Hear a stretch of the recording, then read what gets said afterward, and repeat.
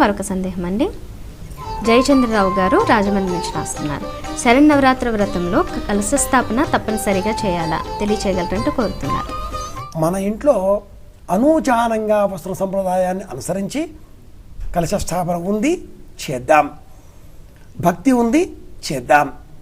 లేదండి సందేహాలు ఉన్నాయి, కలశ స్థాపన అంటే నియమాలతో కూడుకుని ఉంటుంది, 9 రోజుల పాటు కూడా మేము ఎక్కడా బయట భోజనాలు చేయకూడదు, బయట తిరగకూడదు, ఒక వ్రతంతో ఉండాలి అనేటప్పుడు కలశ స్థాపన లేకుండా కూడా అర్చన చేసుకోవచ్చు. ఒక పటం పెట్టుకొని ఆ పటం కదిలించకుండా ఉంచి నెయ్యి దీపం, నూనె దీపం, దీపాలు మాత్రం తప్పనిసరి. ఎందుకంటే అమ్మవారి శక్తి దీపంలో ఉంటుంది.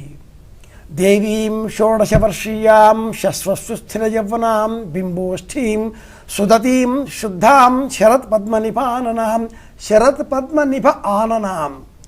కనుక శ్వేత చంపకవర్ణాభాం సునీలోత్పలలోచనాం జగద్ధాత్రించ ధాత్రించ సర్వేభ్యః సర్వసంపదాం సంసార సాగరే ఘోరే జ్యోతిరూపాం సదా భజే. దీపరూపంలో అమ్మవారిని మనం అర్చన చేస్తాం కాబట్టి శక్తి. అమ్మవారిని ఎలా అర్చిస్తున్నాం? శక్తి. ఏమండి మీరంతా వింటున్నారు మేము చెప్తూ ఉంటే, వినడానికి మీరు ఏం చేస్తున్నారు? శక్తిని వినియోగిస్తున్నారు. అంటున్నాం మేము అనే శక్తిని వినియోగిస్తున్నాం. అంటే వస్తువు ఏదైనా కూడా దాన్ని వినియోగించడంలో మనం అనుసరించవలసిన జాగ్రత్తలు ఏమైనా ఉన్నాయా, లేదా వినియోగించడానికి ఏమైనా కావాలా? శక్తి కావాలి. న శివేన వినా దేవీ దేవ్యాచన వినా శివ నైతయోరంతరం నాస్తి చంద్రిక ఏవచ. ఈ మాసంలో చంద్రికలు బాగా కనిపిస్తాయి. చంద్రుడు వెన్నెలను ఇస్తాడు. శరత్ పూర్ణిమ అని చెబుతాం. ఎందుకు వస్తుంది? ఇగో ఇందుకే వస్తుంది. ఈ చంద్రుడు మనఃకారకుడు, మాతృస్వరూపం, కనుక అర్చించాలి. మీ ఇంట్లో కలశ స్థాపన లేకపోతే చింత లేదండి, చక్కగా పటం పెట్టుకోండి, దీపాలు వెలిగించండి, తోచిన నామావళిని చెప్పండి, యథాశక్తి నైవేద్యం సమర్పించండి. మనఃకృతం కృతం రామ న శరీర కృతం కృతం.